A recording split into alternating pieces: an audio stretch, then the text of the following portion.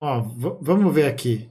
Esse cara, Rodrigo Constantino, em seu livro Privatize Já, nossa, nossa, deve ser uma qualidade, um negócio. ele faz uma citação de um outro livro, Boa, boa, esquema pirâmide de livro. um livro chamado Um livro chamado, outro livro chamado. Como o Capitalismo Salvou a América. Em 1607, alguns colonos, alguns Ah, ingleses chegaram na colônia americana, nos Estados Unidos. 104, para ser mais preciso. uau, informação. E como eles E aí eles mataram todos os indígenas do território. administravam aquela sociedade, aquela colônia? Ah, primeiro eles passaram o fogo em todo mundo, dominaram as terras, entraram em guerra com várias nações e se acham os defensores e os mensageiros da República e da Democracia. De maneira coletiva. Tudo que era produzido ia para um fundo em comum, Ah, pronto. Por isso que o socialismo não funciona. administrado por um agente do Estado. Um agente do Estado. Muito bom esse conceito de Estado sem existir Estado, né? Tendo em vista que a Terra era uma colônia, né? E distribuía de maneira igualitária para Ah, tá. Ah, tá. Ah, tá. Desculpa, não mostra o dedo do meio para seus inimigos, não. todos. Gente, eu tô até curioso para ver o quanto que ele só copiou esse textinho aqui. Mano, ele realmente. Mano, olha isso aqui. Os primeiros colônios, blá blá blá, 1607. Mano, ó, vamos ver se ele vai falar isso aqui na próxima. Em retomar os velhos tempos de canal em que eu previa o que os liberais falavam. De Lorenzo argumenta que a ausência de direitos de propriedade destruiu completamente a ética de trabalho desses colonos. Afinal, não existiam incentivos para o trabalho, já que a recompensa pela produtividade não era do próprio trabalhador, mas de todos. Esse modelo cria um claro incentivo ao ato conhecido como free ride, ou seja, pegar carona no esforço alheio. Aham. Aham. E é muito bom porque é simplesmente uma teoria baseada em absolutamente nada, né? Ele acha que vai ser a forma como a propriedade está concedida, a maneira elementar que vai guiar a forma como as pessoas trabalham. Não, as pessoas têm que trabalhar no modelo, elas vão trabalhar naquele modelo e acabou, tá ligado? E lembrar aí, né, que os Estados Unidos os hoje Estados Unidos da América já foram uma colônia inglesa. Então eles tinham como objetivo central na relação metrópole-colônia servir a metrópole. Pô, então toda a produção, tudo que era realizado dentro dos Estados Unidos era feito em vias de atender aos interesses econômicos dos grupos colonizadores na Inglaterra. É claro que você tem algumas regiões ali, sobretudo no norte dos Estados Unidos, que você tem uma autonomia maior dos colonos em relação a algumas coisas, mas essa relação se mantém igual, assim, né? A gente não pode achar que existe um modelo, né, de colônia de povoamento e uma de exploração. Só existe um tipo de colônia, gente. Colônia, né? Uma colônia só serve para explorar outro território, né? Um colonizador só serve para explorar outro território. Ele pode explorar mais ou explorar menos, mas ele vai explorar. Não existe essa diferença, né? Povoamento e exploração. Isso é uma diferença que a gente às vezes aplica na escola e é uma merda, tá? É uma Sabe qual foi o resultado dessa política? Depois de algum tempo, merda. somente 38 pessoas dessas 104 estavam vivas. Todas as outras haviam morrido de fome ou de algum tipo de doença. Muito bom, porque fome e doença é basicamente um tipo de morte muito comum dentro de qualquer sociedade antes do século XIX, antes do século XX, tá ligado? A morte por fome e por doença é uma coisa super comum, super comum. 2 anos Mas ele fala como se fosse crédito desse o modelo de distribuir o pãozinho para todo mundo. depois, 500 recrutas chegaram da Inglaterra Ó, e a mesma ideia estava sendo perpetuada. não, pô, o cara é realmente o maior idiota do planeta Terra, né? Ele tava ali com seus 104 colonos, viu os 38 sobreviverem e falou: pô, eu acho que deu alguma merda esse modelo. Mas vamos trazer mais 500 pessoas só pra testar? Só pra garantir que é isso mesmo? Tudo em comum. Não havia propriedade privada, tudo em comum. Tudo em comum, incluindo, né, os companheiros e companheiras. E o Estado distribuía de maneira igualitária. O Estado distribuía esposas e esposos para todo mundo. 440 morreram logo em seguida, 37 mil. de fome e de doença. No ano 1611, Mano, é exatamente o texto. Presta atenção aqui, gente, ó. É exatamente o texto. Ó, O governo enviou Thomas Dale. ó. E Thomas Dale fez o seguinte: privatizou. Pegou a terra e deu um pedaço de terra para cada família. E assim, a história americana começa. Ah, dá licença, meu parceiro. Ai, dá um pedacinho de terra para cada família. Pelo amor de Deus, velho, você tá desconfigurando completamente a própria forma como a colonização foi feita, tanto na região norte quanto na região sul. O cara tá basicamente defendendo uma reforma agrária parcelada. É isso, né? E a reforma agrária, pastor, vamos aceitar? E as pessoas param de morrer. Elas param de morrer. Elas decidiram parar de morrer. Vamos parar de morrer aqui.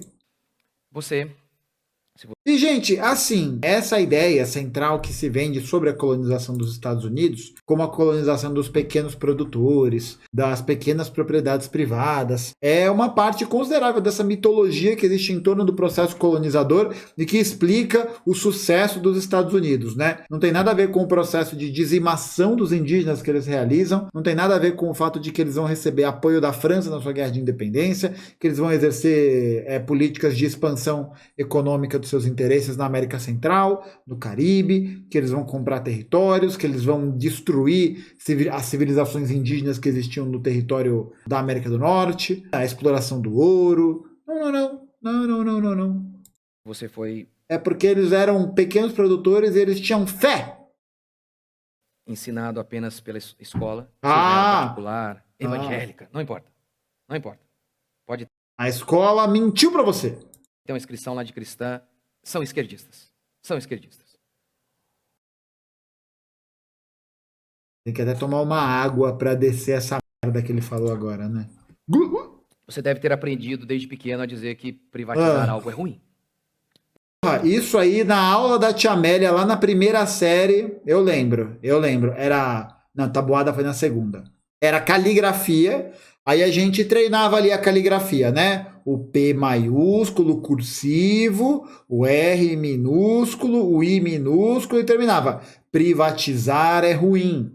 Aí a Tia Amélia, que ia dar aula com uma Ushanka, ia dar aula com uma AK-47 nas costas, obrigava a gente a escrever privatizar é ruim 1917 vezes no quadro.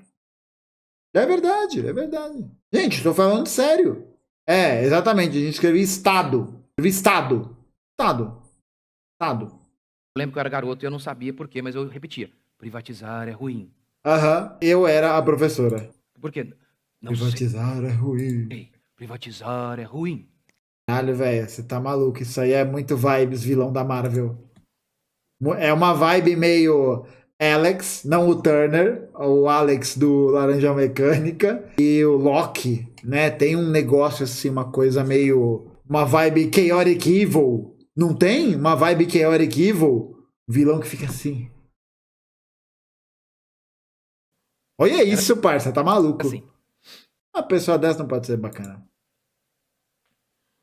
Além de, né, para além do fato, né, dele estar simplesmente desinformando e vivendo de terrorismo midiático. Os mais antigos aqui devem se lembrar quão caro era um telefone. Alguns trocavam um telefone, uma linha telefônica, aquele telefone fixo. Os jovens nem devem saber o que é isso, né? Não, jovem não sabe. O jovem está ocupado aprendendo a falar privatizar é ruim. Telefone fixo. Trocava em carro, em terreno. Existia um problema, de fato, do alcance da tecnologia da telefonia em ela ser vendida para a pessoa física. Existia um problema de desenvolvimento de processo lá do início do investimento, né? Mas você tem, depois que a telefonia é privatizada aqui no Brasil e a Telebrás deixa de existir, você já tem um serviço de linha, de fibra ótica, de linha de transmissão, tudo prontinho para as empresas fazerem a festa que elas queriam fazer. Hoje em dia, nós temos um serviço de telefonia no Brasil que é caro, tem contratos abusivos, não funciona em todos os lugares e você não tem opção, né? Você basicamente não tem opção. Já pararam para pensar uma outra coisa que é interessante? Não existe mais telefone público, gente. Telefones, quer dizer, não existe. O telefone de orelhão, o telefone público, ele é um item cada vez mais rareado nos grandes espaços urbanos. Por quê? Porque antes o telefone público existia como um recurso para utilização de pessoas que não têm telefone celular. né? Você tinha que comprar lá o cartãozinho, você usava o telefone público. Hoje em dia, praticamente não existe mais. Que mostra pra gente que a única forma de você estabelecer comunicação com uma outra pessoa é através de um telefone celular, né? É através da compra de um aparelho de telefone celular, praticamente, né? Pelo menos isso nos grandes centros urbanos. E isso em cidades menores tem um efeito muito menor, né? Porque o acesso a esse tipo de telefonia também é bem mais reduzido. Mas isso mostra como todo o processo de privatização, ele vai acabar criando mecanismos de reprodução dessa lógica que vão fazer com que as pessoas sejam dependentes desses produtos, dependentes desses serviços, e a comunicação não é mais um direito, ela é um produto, ela é uma mercadoria, né? Olha que coisa bacana. Fora que as empresas, se a estrutura da telefonia no Brasil fosse tão ruim, as empresas não teriam adquirido todo o direito de exploração, enfim, né, de toda a estrutura que existe aqui, se fosse ruim desse jeito. Não, era um problema de processo, de chegada até o final da cadeia produtiva, de baratear o custo para o consumidor. Isso de fato era um problema, mas é isso, né? Depois a telefonia privada vai utilizar esses recursos da mesma forma. Coisa, hein? Em 1996, a telefonia era estatal, a Telebrás administrava, detinha o monopólio. Eu não sei se a Telebrás detinha um monopólio da comunicação, tá? Mas você tem que pensar que em 96, e isso vindo desde o do começo dos anos 90, todas as empresas estatais brasileiras vinham passando por um intenso processo de privatização, de desfinanciamento, de diminuição de concurso público, de diminuição de investimento em ciência e tecnologia, tá ligado? É o início do processo da privatização lá com o Fernando Collor. Então, é claro, para a galera que pegou essa passagem aí de 85 até 95, 96, sente bastante essa mudança, né? Sente bastante essa piora agressiva na qualidade dos serviços ofertados pela telefonia, por várias empresas que antes eram estatais. Em 1996, a Telebrás disponibilizou sofríveis 55 mil linhas de telefone. Gostei do comentário. Assiste sem reclamar. Tá bom. Privatizar é ruim. Para um país... Até o vídeo cansou. Até o vídeo se recusou. Que coisa, hein? Trocava em carro monopólio para um país enorme como o nosso. É óbvio que é uma gota num oceano. 55 mil linhas. Muito bom, né? A comparação do pastor liberal é comparar o crescimento de uma população de um país com uma metáfora vagabunda de uma gota no oceano. Porque realmente o oceano e a sociedade brasileira são a mesma coisa. Parabéns. Quando foi privatizada a Telebrás, o Lula, cachaceiro, petista... Será que essa categoria aí de gravação de vídeo é tipo aquela categoria de vídeo fingindo que tá no podcast, né? Você coloca uma placa de som, você fala, né? Cara, você tem que entender, meu, que o investimento aqui que a gente faz é de alto risco, meu. O investimento, ó, presta atenção. Educação financeira, você aprende o que é biologia, você aprende o que é quinidário, você aprende o que é clima de monção. Por que você não pode aprender a investir? Hã? É isso que eu digo, cara. Tem que investir. Eu tenho meus 16 anos aqui, já sou milionário, porque eu fiz o meu desenvolvimento de produto de marketing digital inovador. E eu só precisei de um investimento de 250 mil reais. E você consegue, cara. É só vender bolo. Vou pedir dinheiro pro pai, como eu fiz. Lula disse o seguinte: o governo fez uma festa com a privatização. Imagino como Judas fez uma grande festa quando vendeu Jesus Cristo. Lembre-se disso. Os esquerdistas, eles não creem em religião. Mentira. Mentira. A gente já debateu isso algumas vezes aqui, né? Nós, comunistas, não somos contrários ao culto religioso particular de ninguém. Nós entendemos que a religião, enquanto um método de análise da realidade, não pode ser um método utilizado pelos comunistas, basicamente, né? Porque o materialismo dialético, ele é antimetafísico, né? Ele é contra a metafísica. Ou eles matam os religiosos, ou eles fazem isso aqui. Ah, sim, claro. Tanto que a igreja na União Soviética acabou. Em Cuba não tem igreja, não tem. Só tem crianças falando privatizar é ruim. Utilizam da religião. Privatizar é ruim. Só isso.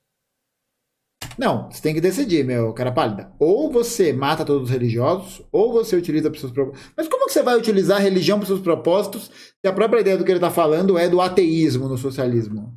Venderam o país. Tem que fazer essa imitação merda do Lula também? Sabe quantas linhas telefônicas há hoje? 230 milhões. Mendigos têm celular. Ó, que alegria, hein? E então ele já pode ficar lá no Instagram, no Twitter dele, né? Sem casa, sem saúde, sem escola, sem comida.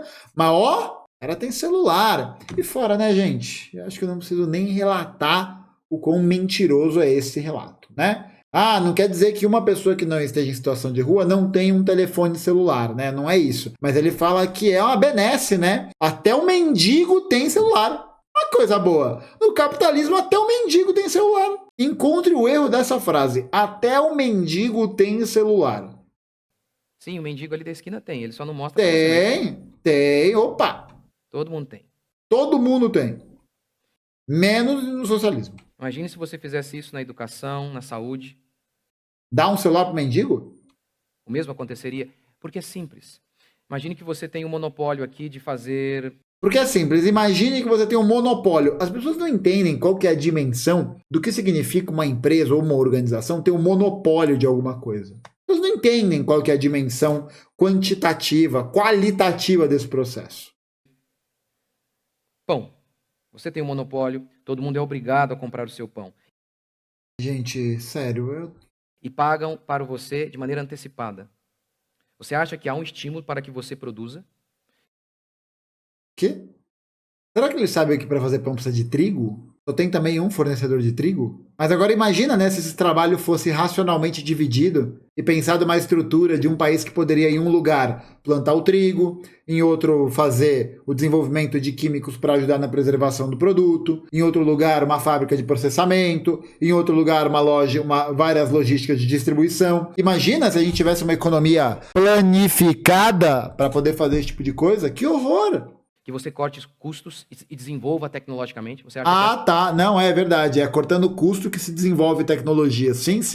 Tanto que todos os países e empresas mostram bem como é esse o caminho. Enquanto o Estado fica lá investindo dinheiro pra caralho em universidade, pesquisa, extensão, ciência e tecnologia, furar chão para fazer plataforma de petróleo embaixo da camada de sal, a empresa privada ela tá lá querendo abocanhar o uso daquela tecnologia, porque ela mesma não a consegue desenvolver, porque desenvolver essa tecnologia pode eventualmente acarretar em prejuízo para essa empresa. Vide aí o caso da Petrobras, clássico, né? A Petrobras não tem mais o monopólio de exploração na bacia brasileira desde 1997. É uma lei da época do FHC. E aí, durante um tempo, a Shell, a empresa petrolífera da Holanda, ganhou o direito de explorar a bacia de Campos, ali na costa do Rio de Janeiro, para procurar o pré-sal, né? Existiam estudos, indícios de que existia uma camada de petróleo por ali. A Shell nunca conseguiu achar a porra do petróleo, devolveu a concessão da exploração do território para a Petrobras, e em 2006 ou 2008 ou 2009, não lembro agora,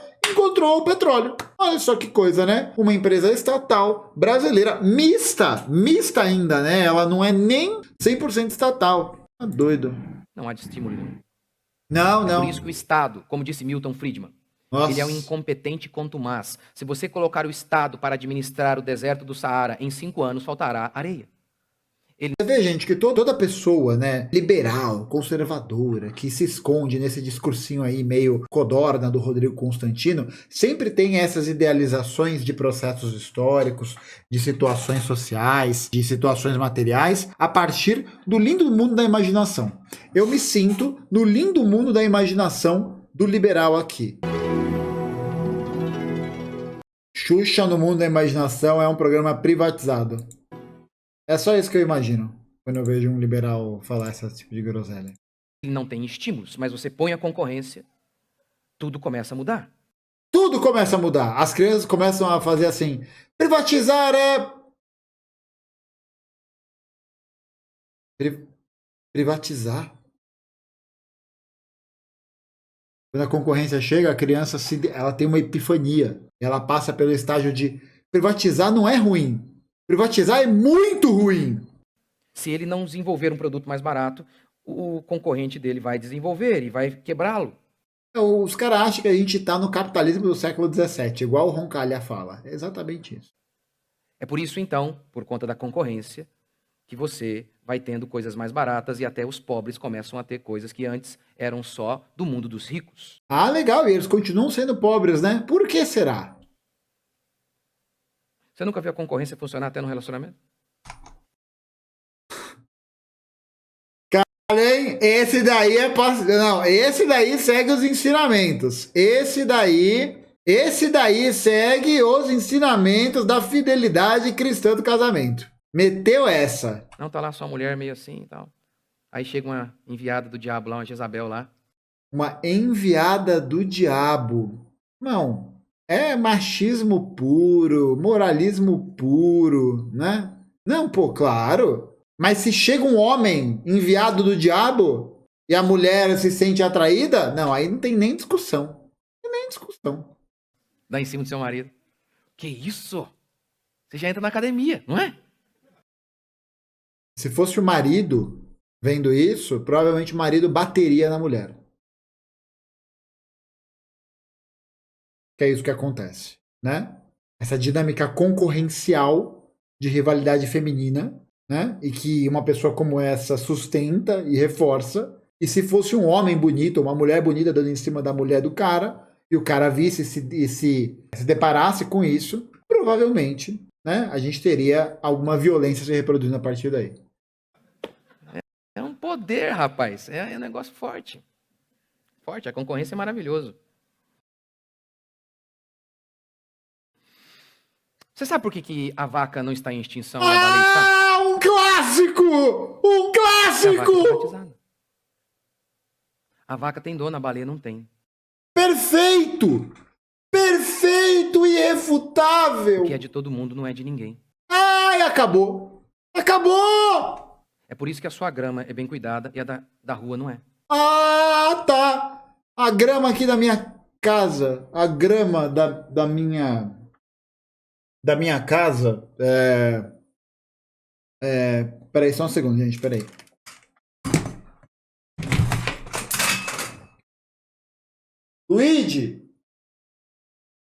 Luigi! Ele tá comendo bisteca lá, peraí.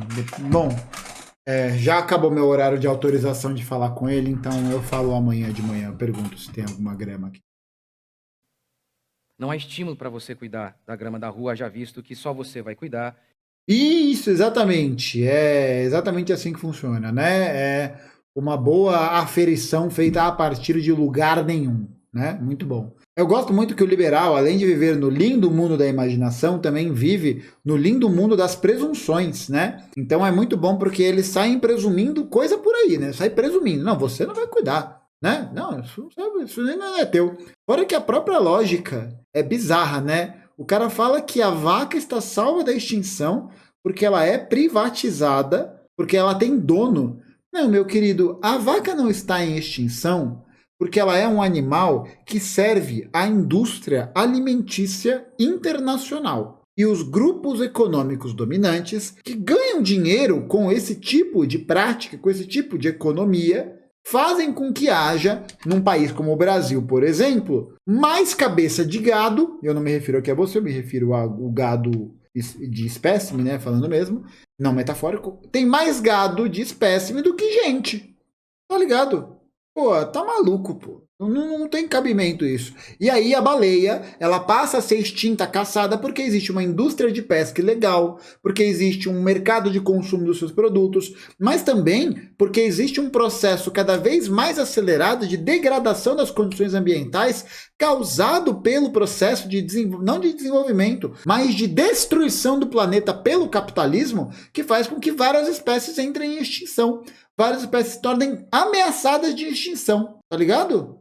Fora todas as questões biológicas, né, que o camarada apontou de reprodução, gestação e tudo mais. Pô, pelo amor de Deus, né, cara? Vai falar o quê também? Que o porco tem mais porque o porco é privatizado, porque a galinha é privatizada? Nossa, que coincidência, né? Esses 3 animais serem os animais que a gente vê mais criadouro por aí e serem justamente os 3 animais que fazem a base da sustentação da indústria alimentar mundial. Uau, que coisa incrível, né? E os outros vão aproveitar. Não há estímulo. Agora, o que é meu, eu vou usufruir. Portanto, há estímulo para se produzir ali no que é meu. Meu Deus do céu, é um freestyle, né? É pastor, terrorismo midiático, Lula e vacas privatizadas. É simples assim. Nossa. Então, eu nem pretendia reagir a esse, mas aconteceu, né? Uma coisa bonita, simplesmente aconteceu.